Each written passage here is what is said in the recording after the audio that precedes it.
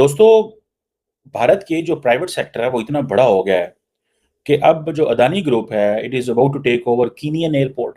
अब ये देखें मतलब इंडिया की एक-एक कंपनी जो है वो पूरी दुनिया में किस तरह बिज़नेस कर रहे हैं कि अदानी ग्रुप कीनिया की हुकूमत को पौने 2 अरब डॉलर से ज़्यादा पैसे देगा और वो जो जोमो केनियात्ती इंटरनेशनल एयरपोर्ट है, वो 30 साल की लीज़ पे ले रहा है। अडानी साहब केन्या के अंदर जो एक एयरपोर्ट है जो कि चाइना उस पर कंट्रोल इस्टेब्लिश करना चाहता था।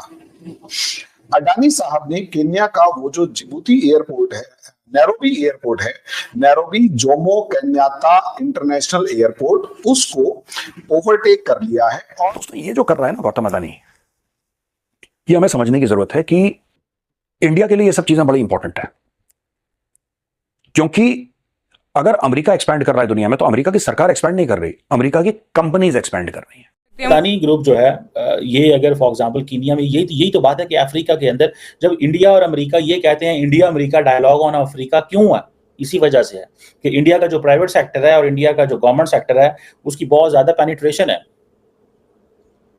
ठीक है जी, और ये जो तकरीबन 2 अरब डॉलर के करीब है, ये मेरा ख्याल है इससे कोई 18% स्टेक्स जो हैं वो बढ़ने जा रहे हैं, वो इंडिया के पास आएंगे। तो अपनी प्राइवेट कंपनीज के थ्रू दुनिया में लोग अपना इन्फ्लुएंस, अपना वर्चस्व कायम करते हैं आज। और ये दुनिया में इंडिया से बाहर पहला एयरपोर्ट है जो कि अब उसको कंडक्ट करने का काम, उसको चलाने का काम, उसको मैनेज करने का काम अडानी साहब करेंगे। दोस्तों, एक बहुत बड़ी न्यूज निकल के सामने आ रही है। गौतम अडानी जो भारत के एक बहुत ही बड़े बिजनेसमैन है, वो भाई केन्या के एयरपोर्ट को खरीदने जा रहा है। जी हाँ दोस्तों, उन्होंने भाई बातचीत करी है कि पौने 2 अरब डॉलर में केन्या का जोमो केनियाटा एयरपोर्ट वो खरीदेंगे।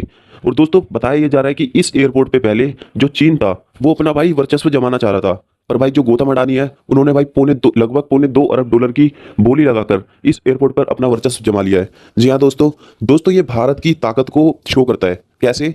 जो दोस्तों पहले हमने देखा कि भारत जो है अपनी फॉरेन पॉलिसीज के द्वारा किस तरीके से दुनिया में अपना इन्फ्लुएंस कायम कर रहा था। अब जो भारत है अपनी प्राइवेट कंपनीज के द्वारा जो पूरे विश्व में भाई अपना वर्चस्व कायम कर रहा है, इन्फ्लुएंस बना रहा है।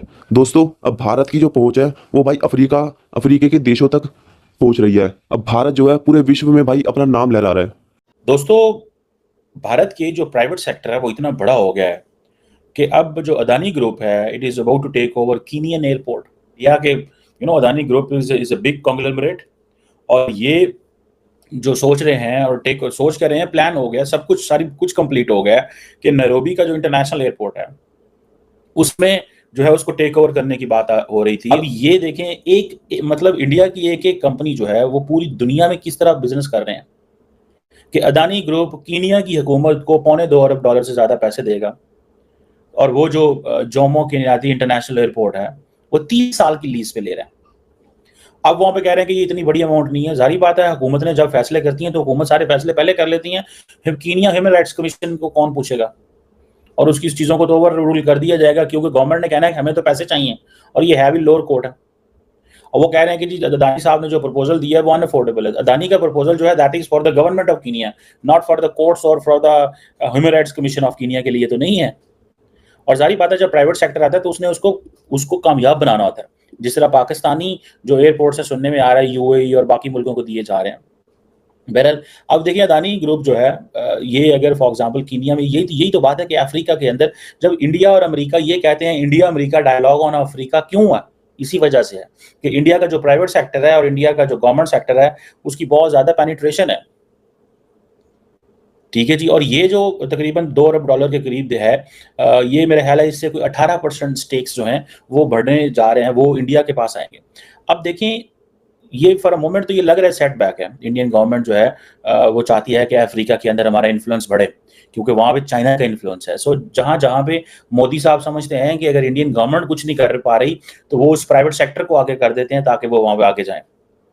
अफ्रीका, अब आपको पता है तकरीबन 55 ममालिक हैं। अफ्रीका के ऊपर तो पहले इंडिया ने एक एहसान किया कि उनको G20 का मेंबर बना दिया लास्ट ईयर, जब आपको याद होगा। अब 55 स्टेट्स हैं, G20 का फुल मेंबर बना दिया। ठीक है जी, और वो कहा जी कि आपकी जो आवाज है वो तो ग्लोबल साउथ की आवाज है, तो हम तो उसको प्रमोट करेंगे। लेकिन technically they also want to push back China. India और अफ्रीका की जो बायलैटरल ट्रेड है, कहा जा रहा है कि ये $200 बिलियन तक हो जाएगी 2030 तक। By now it is about $90 billion. So इसमें देखें कि जो इंडियन इन्वेस्टमेंट है अफ्रीका के अंदर वो तकरीबन $150 बिलियन के करीब होने जा रही है। अगले दिन आपको याद है मैंने आपको बताया था कि चाइनीज प्रेसिडेंट जो हैं वो किस तरह को $50 अरब के करीब अफ्रीका में लगा रहे हैं, वो इंडिया के कंपटीशन में लगा रहे हैं। सो ये चीजें बड़ी सीरियस हैं। सो वाई चाइनीज प्रेसिडेंट, आप वो जिसे कहते हैं ना, चाइनीज प्रेसिडेंट क्या समझते हैं कि हमें क्यों करीब होने की जरूरत है, why we need to get closer with the, जिसे वो कहते हैं ना अफ्रीका, यही वजूहत है।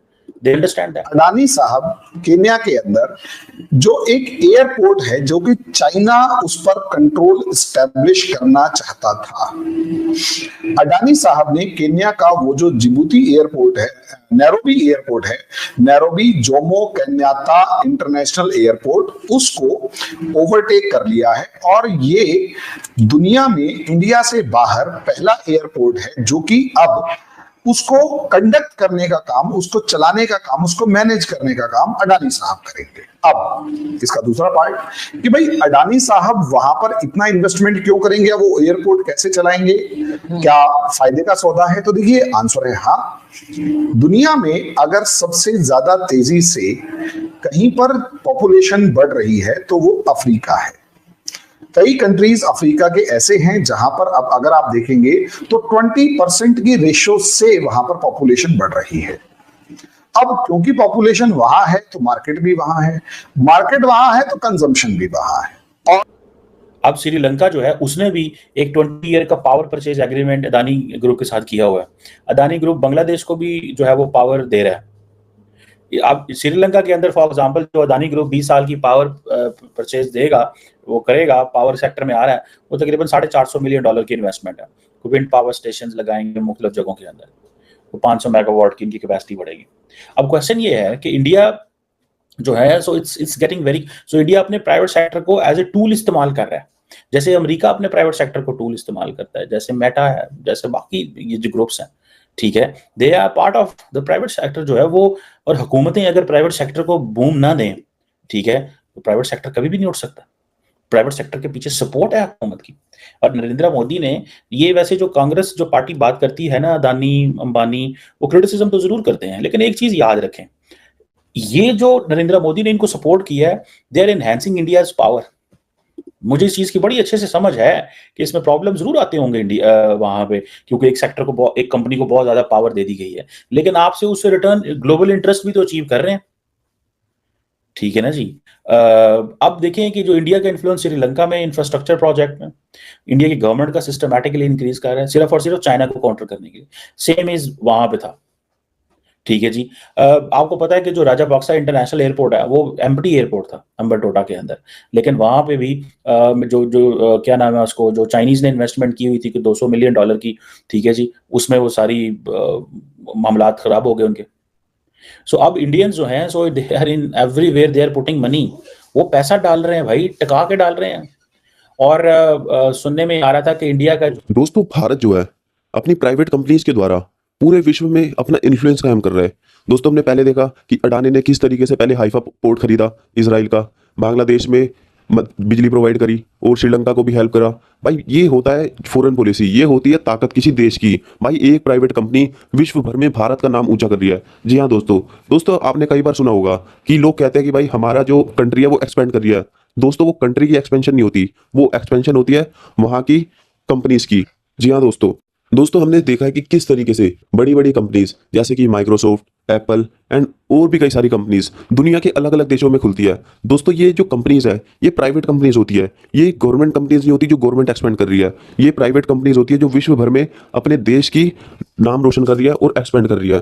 जी हाँ दोस्तों, और बताया जा रहा है कि ये जो अडानी साहब ने जो बोली लगाई है $2.25 अरब की, इससे भाई चीन को बहुत ही ज्यादा बड़ा झटका लगा है। चीन दोस्तों कोशिश करता रहता है कि भाई अफ्रीका में अपना जो वर्चस्व कायम करे, पर भारत आज के टाइम में इतनी बड़ी सुपर पावर बन चुका है कि भाई वो चीन को भी अपने आड़े नहीं आने दे रहा।